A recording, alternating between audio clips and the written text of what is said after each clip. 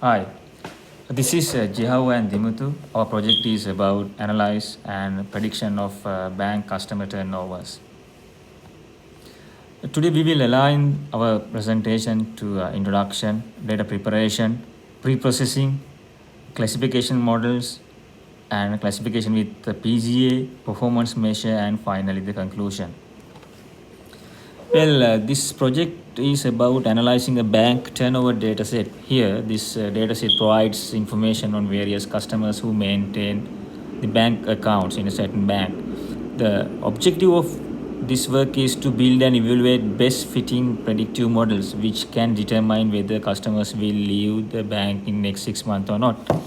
The primary goal of this project is to build a model so that is capable of detecting potential customers who might leave the bank.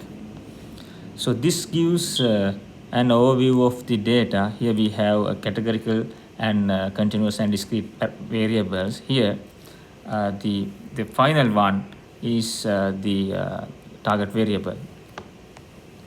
Now this presents the basic statistical summary of numeric data. Here we calculate normal, standard deviation, mean, and standard percentiles. Obviously, when we look at the numeric data, we can find outliers. These box plots are obtained to recognize outliers. So these outliers can be eliminated in the data pre-processing stage. Now, the categorical data is to recognize this influence of parameters like gender, geographical location, credit card use, and the active status in the bank on the outcome variable. This provides a sort of visualization over the influence of outcome variable. Under the data pre-processing, first we converted these categorical attributes into dummy variables in order to obtain a standard spreadsheet format. Now here we used standard normalizer instead of min-max normalizer to normalize the data. In that way we can eliminate outliers. Next, this data frame is divided into two sets for the model training and testing. Here when we look at this outcome variable, we can recognize that this variable is unbalanced. So therefore we oversamples this data set in order to obtain a good balanced data frame. After we have a more balanced training data set, now we want to use the data set for building classification models that actually is capable of detecting positive cases, which means potential customers who want to leave the bank. In our project, the primary performance measures we used is the precision for positive cases, because we think it is more valuable for a bank to know about the customers who want to leave the bank rather than stay in the bank, given most the customers, around 80%, want to stay in the bank.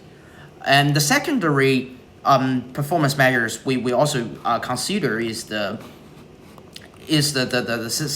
recall sensitivity, because we want to exhaust as many leaving customers as possible for our prediction model.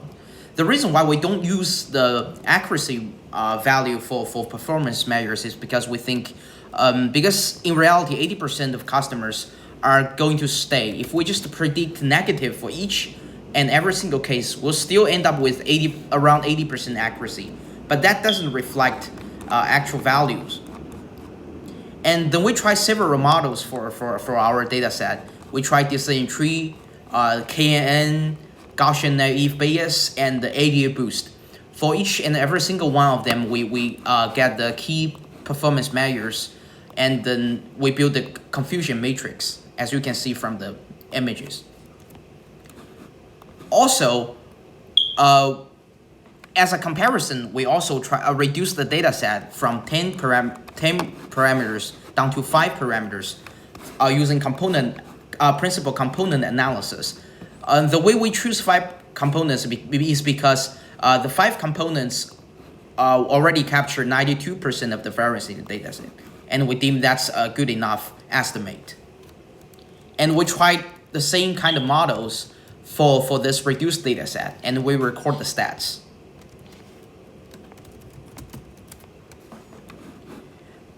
So after we have all the stats, and as we see, the primary measure we use is a precision for positive cases.